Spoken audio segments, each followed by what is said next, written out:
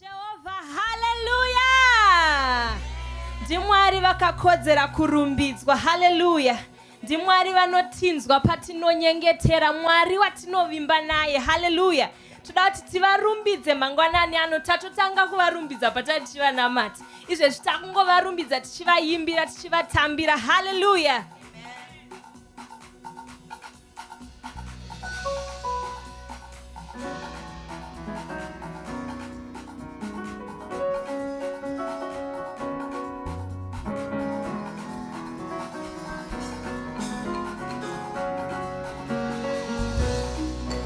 Hakuna zvinorema, hakuna zvinorema, hakuna zvinorema, hakuna zvinorema. Hakuna zvinorema, hakuna zvinorema, hakuna zvinorema, hakuna zvinorema. Kuna Mwari hakuna, kuna Baba hakuna kan, kuna Ishe hakuna,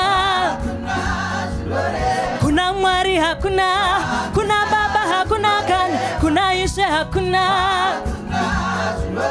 Nyengetera o, nyengetera o, nyengetera, nyengetera o, kunyengetera, kunyengetera, kunyengetera, kunyengetera o. Kuna Mwari hakuna, kuna Baba hakuna kan, kuna Yesu hakuna, kuna Baba hakuna, kuna Ishe hakuna kan, kuna Mwari hakuna. Nyengetera o, nyengetera o, iwe nyengetera, nyengetera o, kunyengetera, kunyengetera, kunyengetera, kunyengetera. Vanomirira Jehova vachapiwa simba itsva. Vanomirira Jehova vachapiwa simba. Vanomirira vachapiwa, vanomirira vachapiwa. Oh, ava vachapiwa, ava ndivo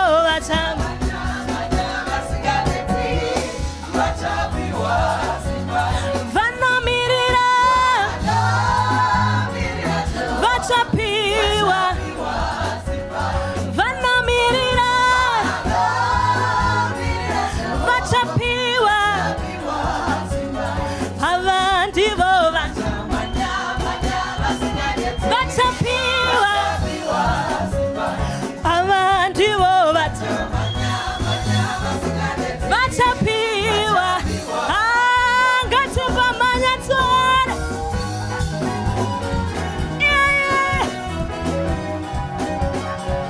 Mwari anokupa simba, simba rekukunda zvose. Mururu nemuridzo kuna Jesu.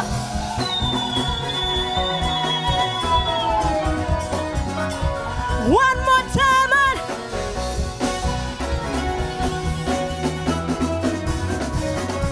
Vanomirira vachapiwa, vanomirira vachapiwa, vanomirira, mirira, mirira, iva vanomirira, mirira, mirira, ava vandivo vachapiwa.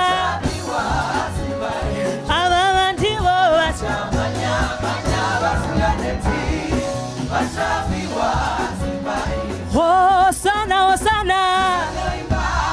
Hosana, hosana. Suwa iroro.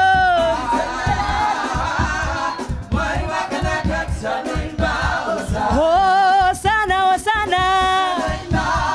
Hosana, hosana. Kana tashika.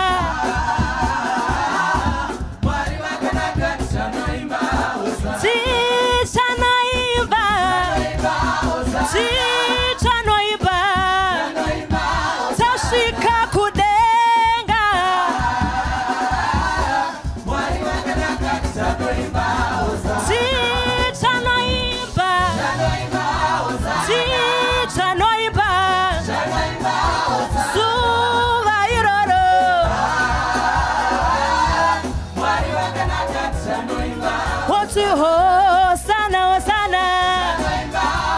Hosana, hosana. Tashika kudenga. Hata mai wangu.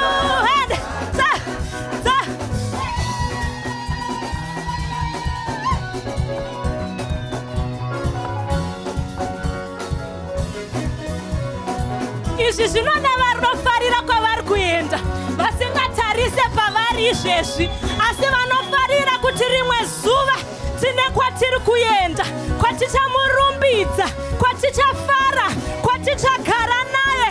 Haleluya! Handitsone! Tsika!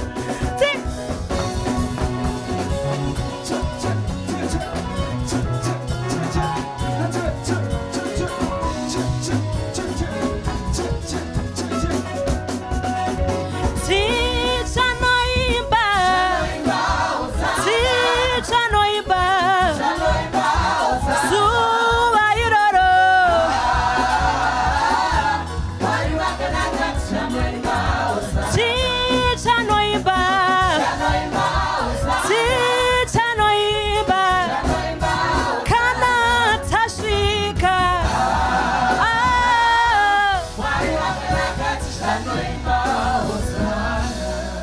Hallelujah. Hallelujah. Vangani vari kufara kuva muimba yaMwari. Toda kumborumbidza Mwari nekuti vakanaka. Hallelujah. Ngatimukudze Mwari nemoyo inofara, tsitsi dzake huru dzinoitirwa Yesu. Ngatimukudze, ngatimukudze nemoyo inofara, nemoyo inofara, nekuti tsitsi dzake dzinoitirwa isusu, dzinoitirwa iye mwana wake wakafa, Yesu kuti tipinde denga, nekuti tsitsi dzake huru idzo dzinoitirwa Yesu. Mwana wake wakafa, mwana wake wakafa,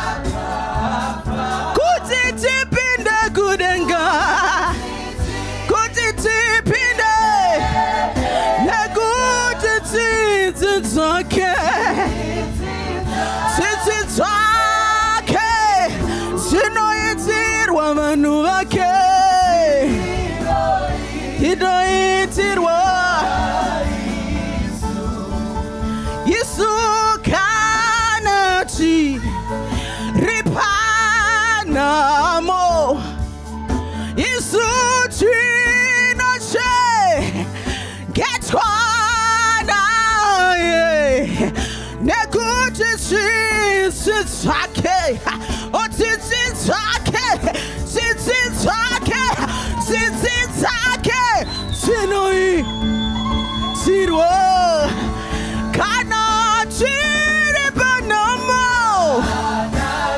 kana chiripa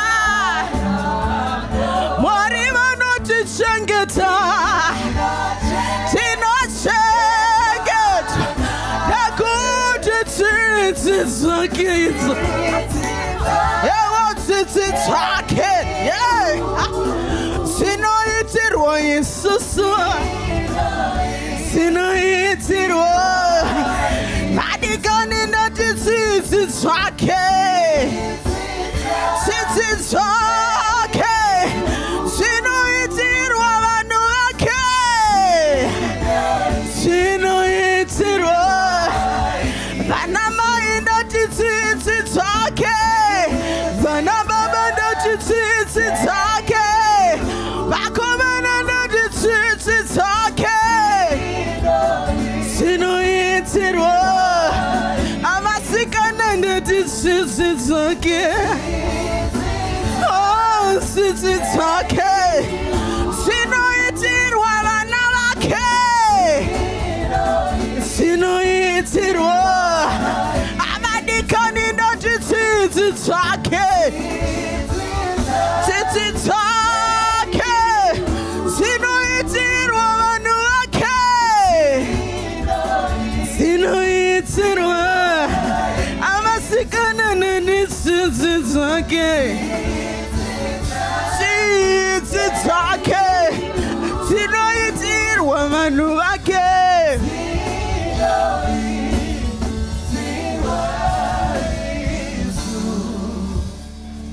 Tsitsi tsake huru,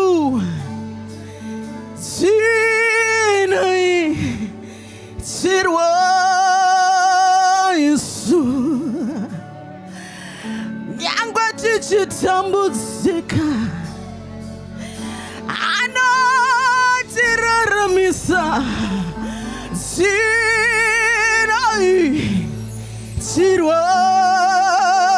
Yesu,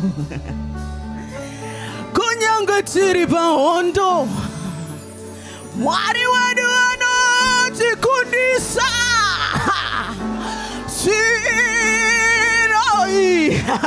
sirwa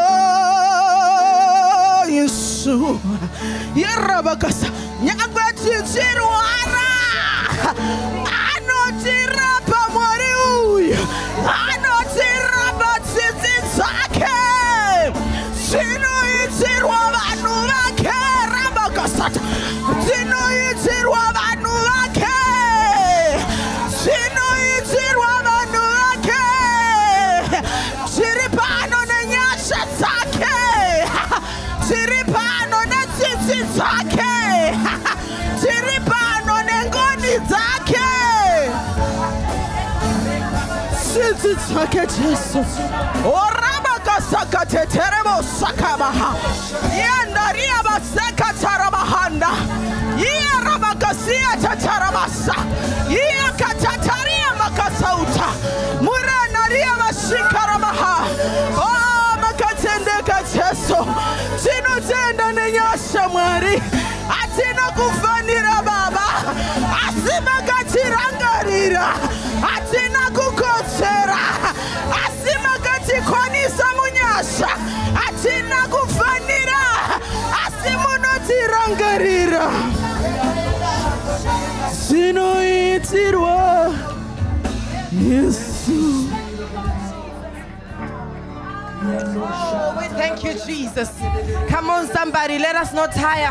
Ngati murumbidzei Mwari uyu mangwanani ano, nekuti tsitsi dzake ihuru. Tinokutendai Baba, tinokurumbidzai. Makatendeka, makatendeka. Tauya kuzokurumbidzai nekuti muri mutsvene. muri mutsvene, muri mutsvene, muri mutsvene. Hakuna wakafanana nemi Jesu. Hakuna anotonga nesimba kunze kwenyu Baba. Come on somebody, open up your mouth. Let us worship him. Ishe we madzishe, mamba we madzimambo. Mwari tinokutenda ine rudo rwenyu. Tinokutenda Mwari nekuti munotigonera. Tinokutenda Baba nekuti makatendeka. Mbiri nerukudzo kwamuri Jehovha. Mbiri yose Baba tinodzorera kwamuri. Gwayana raMwari tinokudai mangwanani ano. We love you Holy Spirit. Tinokudai mweya mutsvene tinokudai. Thank you Jesus. Mazvita Jesu. Mazvita muchinda werugare. Simudza maoko ako umurumbidze. Tichiti muri mutsvene. Muri mutsvene Jesu. Hakuna mumwe mutsvene kunze kwenyu Baba. Mazvita muchinda werugare. Muri Ishe wemadzishe. Muri mambo wemadzimambo.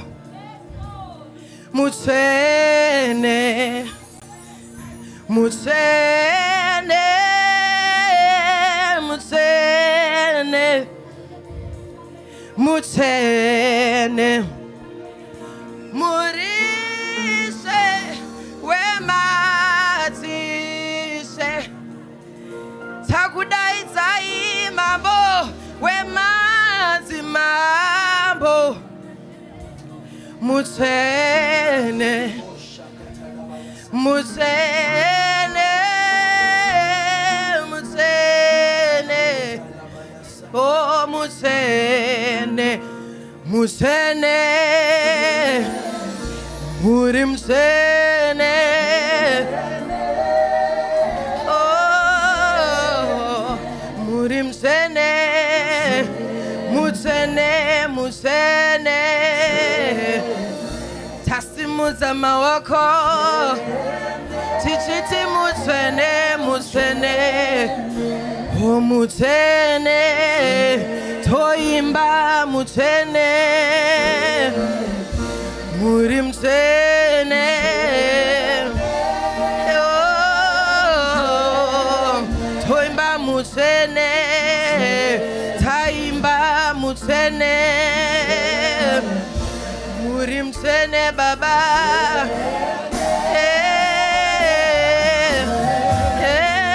Mutsvene. Muri Ishe wemadzishe. Takudaidzai mambo. Mambo wemadzi. Toimba mutsvene. Toimba mutsvene. Mutsvene, mutsvene.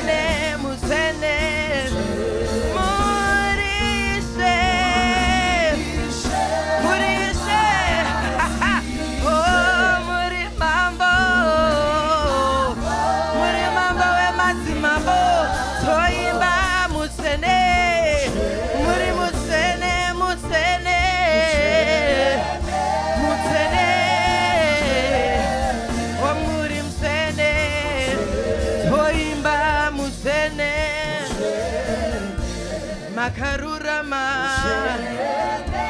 makarurama muri mtsene tasimudza mazwi edu mutsene muri mtsene baba baba muri mtsene taimba mutsene muri mtsene baba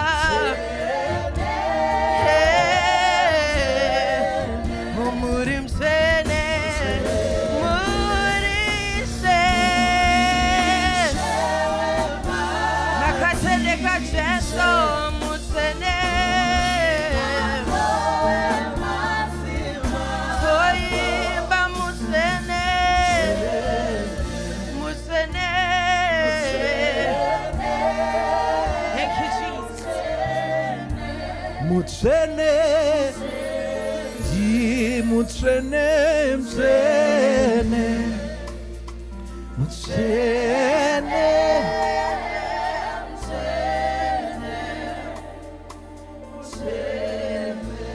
mutsene,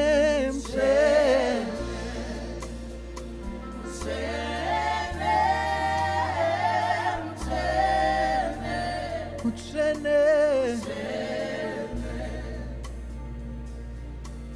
muno ziva kusa simba kwa ndocha kurasika asi imi muri simbara muno ndipa si ini ndoda ndoda ndoda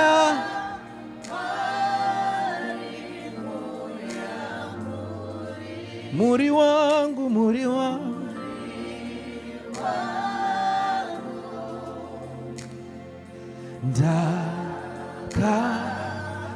ndakatengwa neropa aiwa ndava wenyuka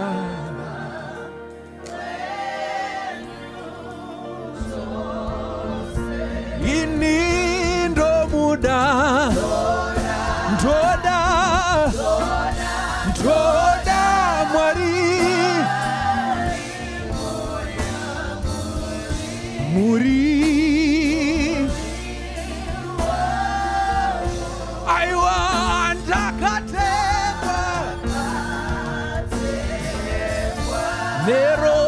neropa ndava wenyu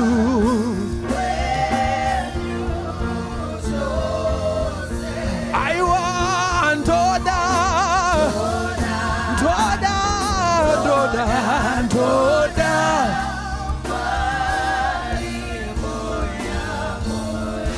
muri hatina kutengwa nezvinoora ndakatengwa neropa pamuchinjikwa neropa ndava wenyu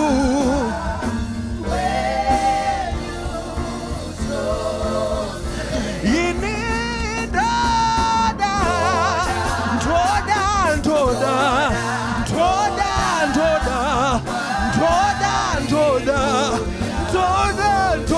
ndozvipa kwamuri rakatadava yasata baba ndorasa zveupenyu hwangu ndouye kwamuri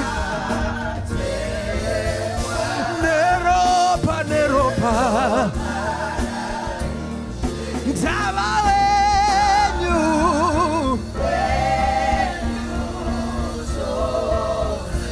aiwa ndoda ndomuda Jesu ndoda mwari muya muri wangu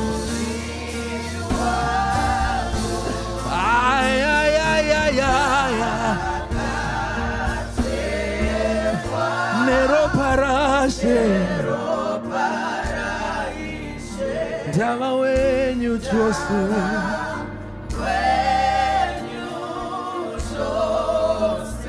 Ini ndoda.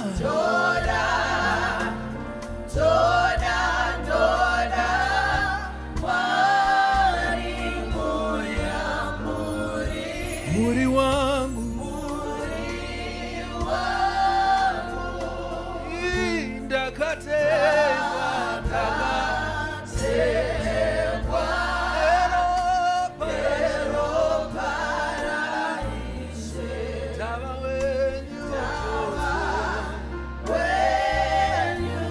One more time, what? Ini doda, doda, doda, doda, doda, wari muya muri, muri wangu, takatewa, takatewa,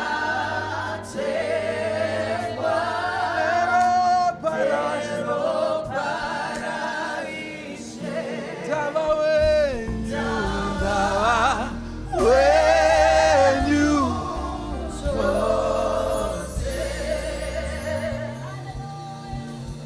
Ishe tinouya pamberi pechigaro chenjenyasha. Muri Mwari ane nyasha zhinji. Muri Mwari anoshamisa. Mangwanani ano tinozvininipisa pamberi penyu. Tinoti Mwari wokudenga, ivai pakati pedu. Batai muri Mweya Mutsvene. Tinokutendai nekutiunza panzvimbo ino.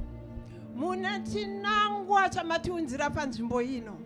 Ishe zadzisai zvese nezita raJesu Kristu. Batai mweya wemumwe nemumwe. Tibatei mangwanani ano. Simba renyu ngarionekwe. Kunaka kwenyu ngakuonekwe. Nezita ramambo Jesu. Nezita ramambo Jesu. Tinokutendai Mwari nokuti muri pakati pedu. Mzita raJesu Kristu. Amen. Tigare edu pasi.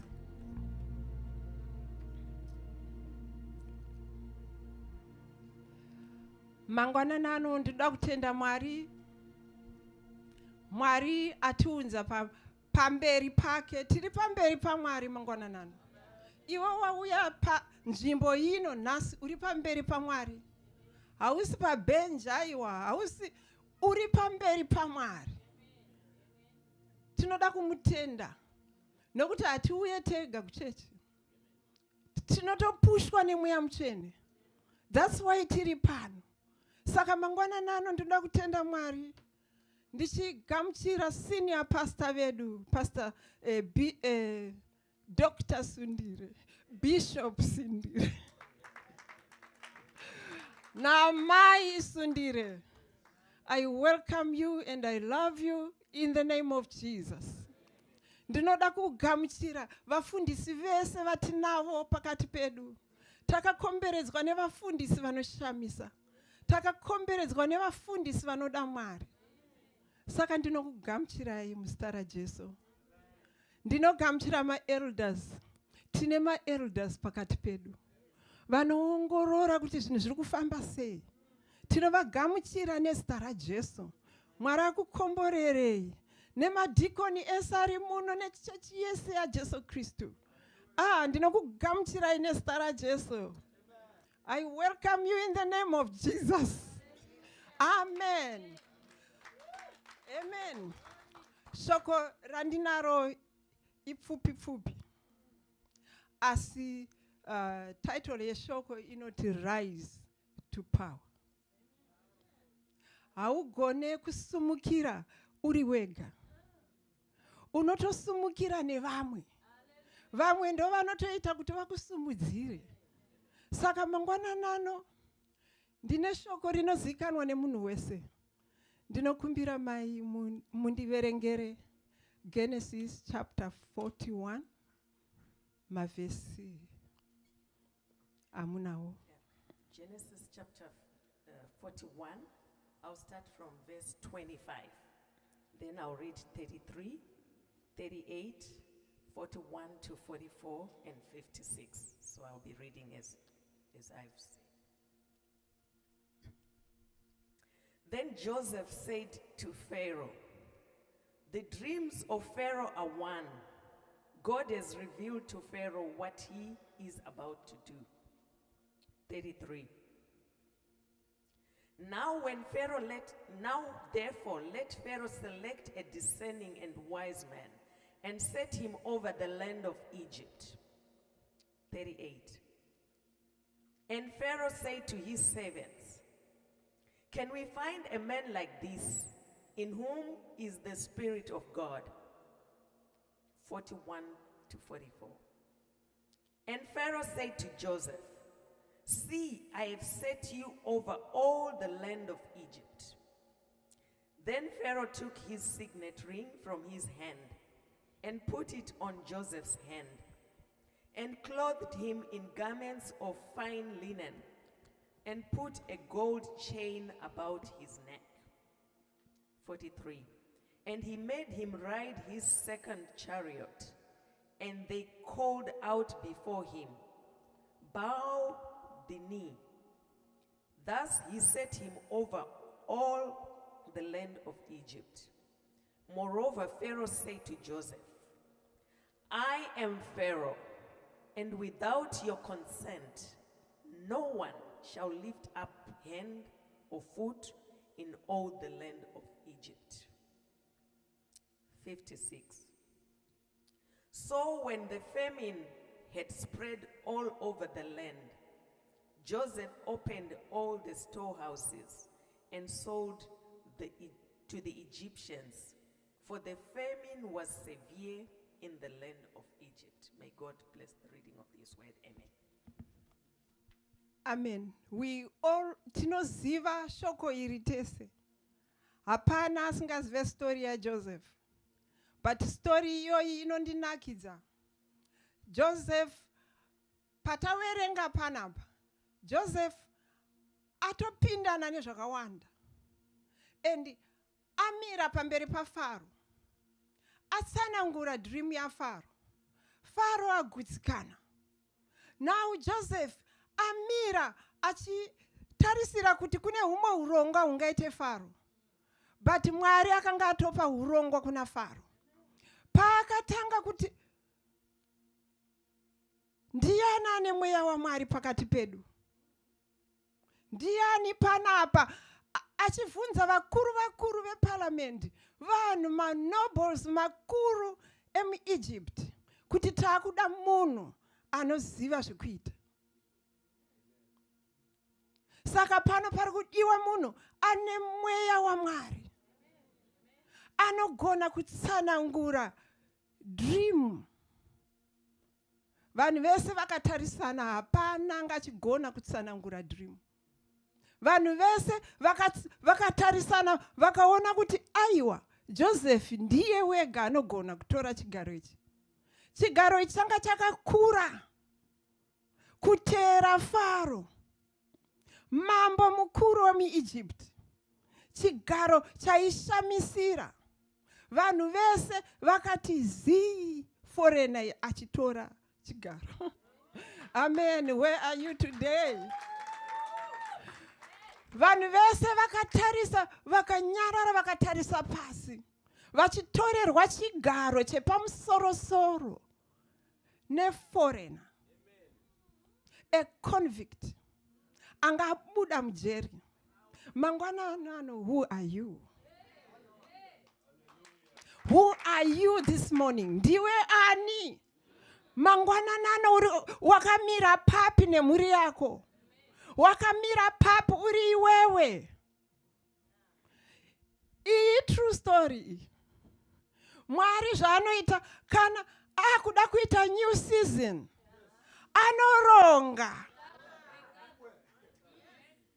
Akaronga Joseph, akamurongera. Joseph akashama. Munoziva kuti Joseph akatandaniswa namai Potifa. Vachida kumuita murume wechitu. Joseph akatiza. Mangwanana anotiza.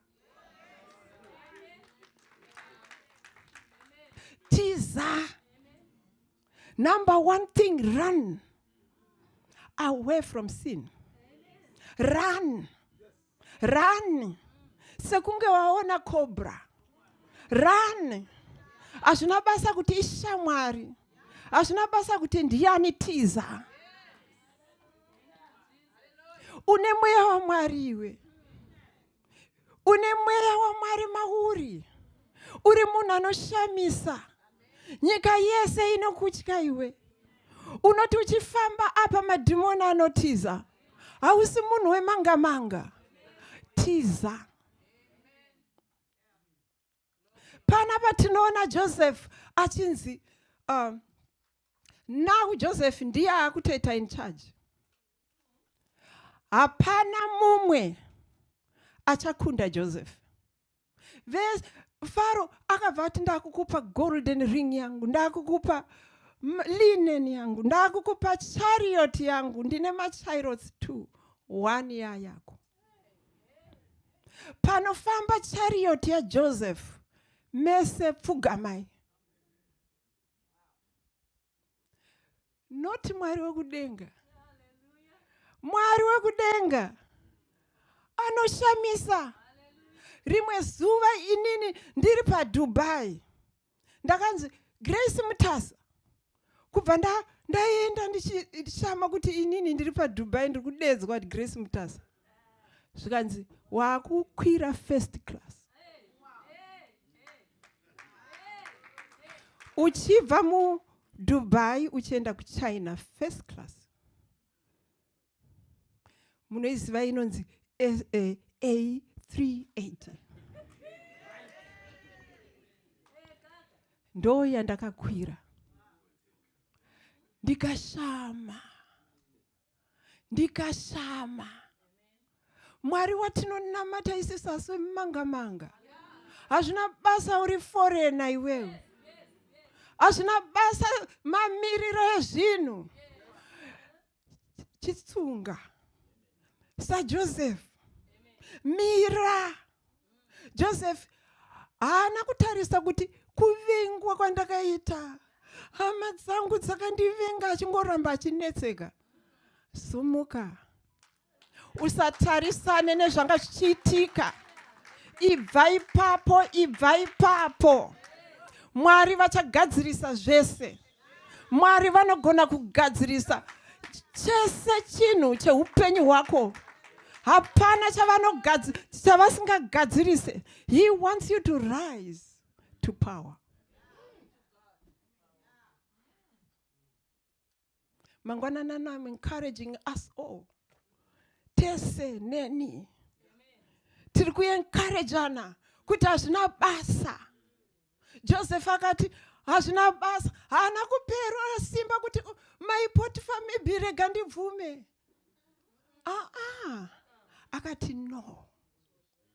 Akarisiya bhatyi mubedroom. Akatiza. Mangwanana Mwari ada kukushandisa. Mwari kana akukushandisa anoita minana. Mwari anonakidzwa nekuonererwa. Anonakidzwa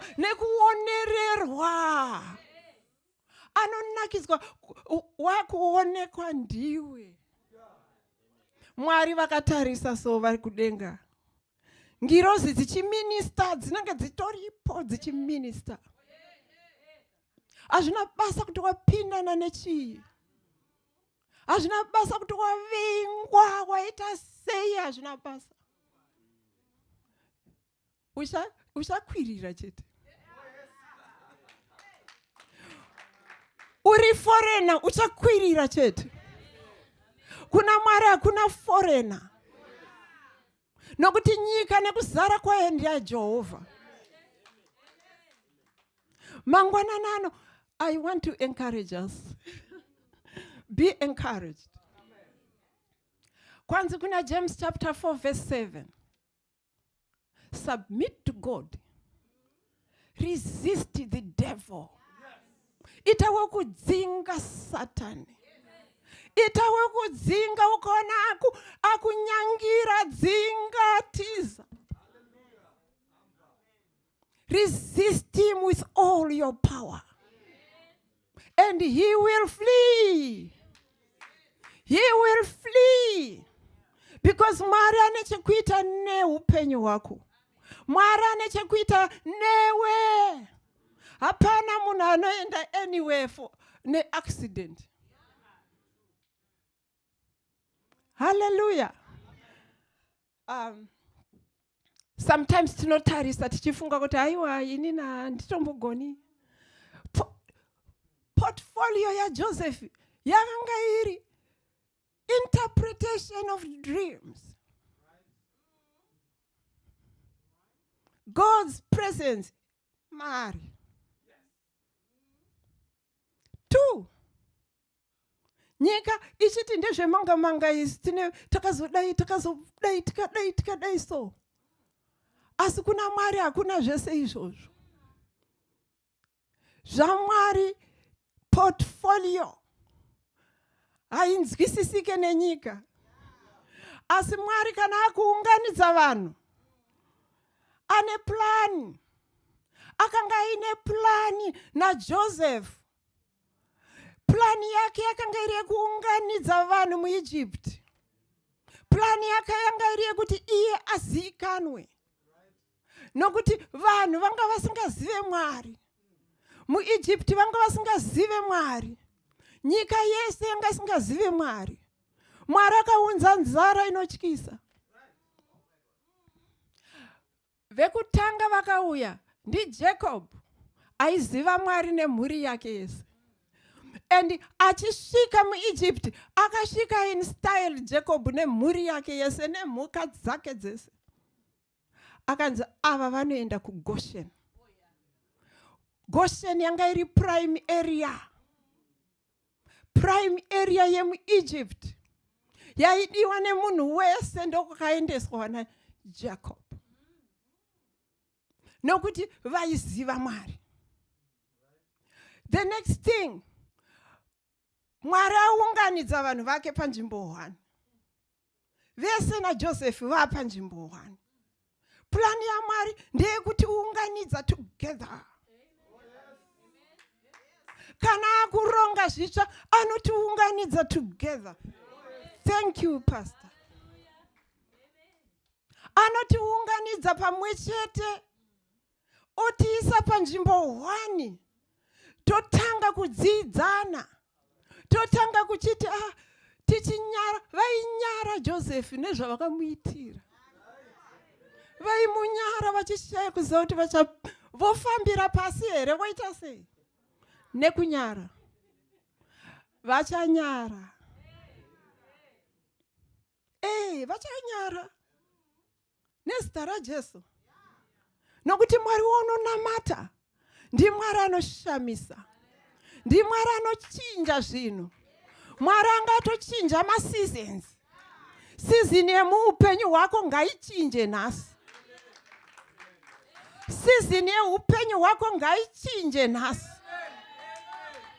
Nokuti Mwari wedu anochinja maseasons. Usarambe wakatarisa season yekudhara. Usarambe wakatarisa zvakaitika kudhara. Siyana nazvo. Kwane new season.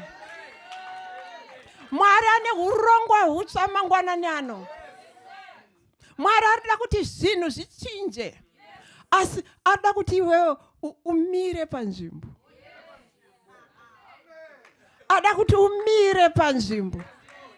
Bvuma kumiswa panzvimbo naMwari. Bvuma. Munoziva kuti zuva randakakwira first class. Ndakanga ndichienda ndakudzokera ndakanga ndiri kumba ndichiti vanhu vaiva ndakatendeutsa handina kumbovaudza nezvemweya mutsvene. Ndichingofunga so. Mwari achibva ndidzosera. Kuti ndinovagamuchidza mweya mutsvene. But akandidzosera nefirst class. Mwari watinonamata isusu. Usatombomutarisira pasi. Usafamba musoro wako uri mudenga. Nokuti Mwari wedu anoita kuti zvinhu zvichinje. He says in Luke chapter 4 verse 18. The Spirit of the Lord is upon me. He has anointed me to heal the broken heart. Mangwananano, are you broken? Urukupindana nechi. He is here to heal you. He is here to take care of that situation. And don't doubt him. Don't doubt him, because he can do it. He is here to do great things in your life. Joseph angari munhu wemanga-manga. Akatorambwa nehama dzake. Akatengeswa vakamukanganwa. Hazvina basa kuti wakakanganikwa iwe. Hazvina basa kuti chii chakaitika. Mangwananano, rise to power.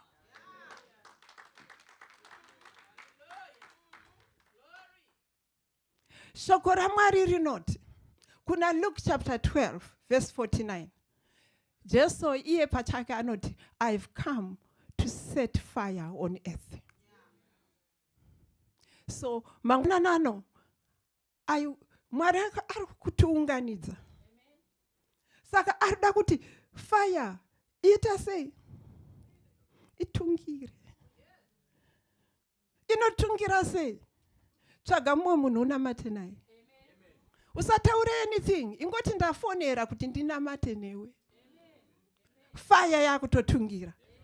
Munhu ari muchechi munomu mutsvage. Nokuti Mwari ari kuplana kuti tiungane panzvimbo 1. Nokuti ane plan, ane bigger plan. Ane a big plan aitwe nemunhu 1. Inoitwa makawanda. Inoita makaungana. Vanhu vaiuya kuzotenga chikafu.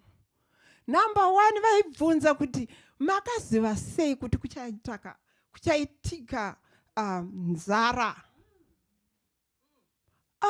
Kune murume ane mweya waMwari anodudzira zvakavanzika zviri kumberi, anozviziva. Mangwananano, iwewe uchaziva zvekumberi. Wega uchaziva zviri kuitika. Wega uchaziva kuti uchasolva sei nyaya idzi. Hapana chisingasolvike. Hapana chisingagone Mwari.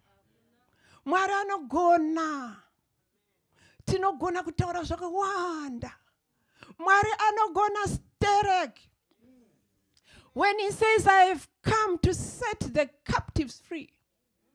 Rimwe zuva ndakasvika paMalaysia. Mumba memumwe musikana. Saka inini pandinongosvika ndinotanga neshoko. Kubva ndatanga kutaura naye nezvaJesu. Achibva atogamuchira Jesu.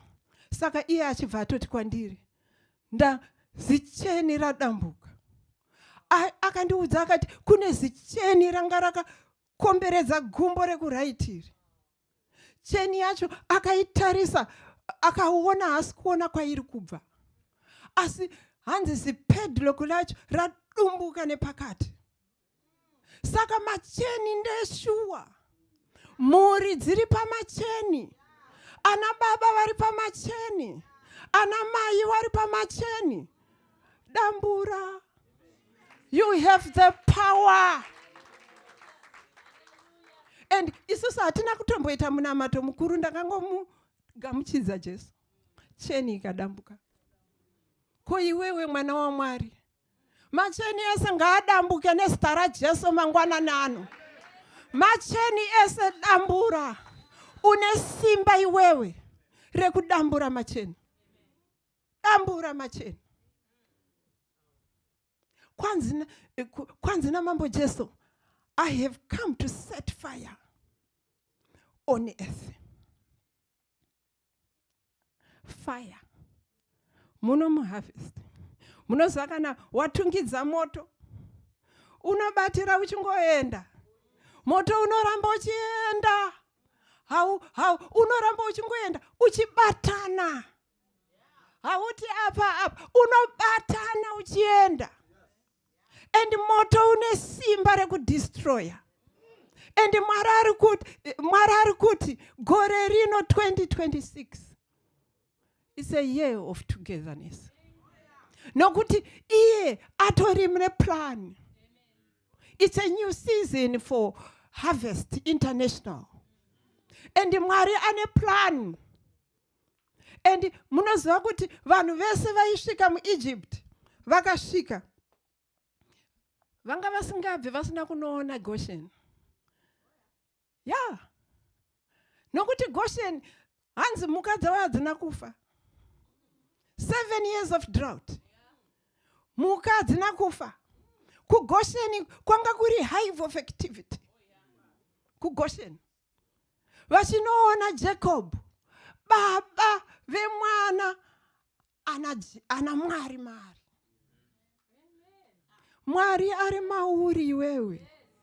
Mwari ari mauri wewe. Unofamba na Mwari. Hazvina basa mamiriro ezvinhu. Hazvina basa kuti chichiri kuitika. Itandira Mwari. Muupenyu hwangu hapana chichakunda muri yangu. Muri yako Mwari ngaapindire. Vana vako Mwari ngaapindire. Zvese zvinhu zvako Mwari ngaapindire. Ngaakupe way forward. Joseph was 30 years old when he became prime minister. Funga kuti 30 years, a young man. So this morning, I want us to focus on catching the fire. Amen. Nokuti Mwari vari kutiunganidza panzvimbo 1.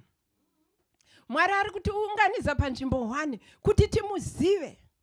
And anenge ane purpose. You know, maplans aMwari ari unexpected, hanzwisisike. Chedu kuita zvataudzwa. Chedu kuita come together. How do we come together? Call somebody for prayer. Just call somebody. Not your friend. Maybe your friend. Maybe anyone. Wausingazive. Mufonere oti ndafona kuti tinamata. Unongonamata. Prayer yawapiwa na Mwari. Ndiyo prayer yauchanamata. As we do that, we are catching fire. Church iri kuungana panzvimbo 1. I want to thank God. Theme here this year. And I know great things are going to be accomplished. Church ichave nema gifts of the Spirit. Church kuchave vanhu vanoita create miracles. Muno muchaita vanhu vane healing powers. Muchaita different types of people, gifts of the Spirit. Tichaita ma gifts. Munhu wese achishama kuti baba ningi vangosvika vapinda munomu. Chikafu chabva kupi? Chikafu chabva kupi? Kuchaitika ma miracles. Aitika kudhara. There will be great healing powers. People are going to change. Oh, this morning, let's rise to power. You and me, let's rise to power. Dear Father, I want to thank you. You are mighty, you are great. This morning, Lord, I bring Harvest International Church before you. And I thank you for the theme of togetherness. That you are grouping us so that we know you. So that we understand who you are and the plan you have for us.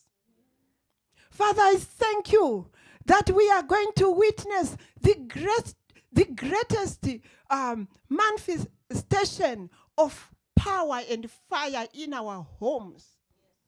Miracles in our homes.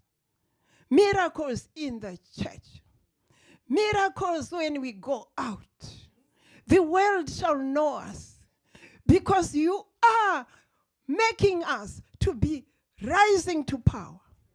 Ishe ndinoda kukutendai. ndichikudzai nesimba renyu rinoshamisa riri pakati pedu, muzita raJesu Kristu, amen.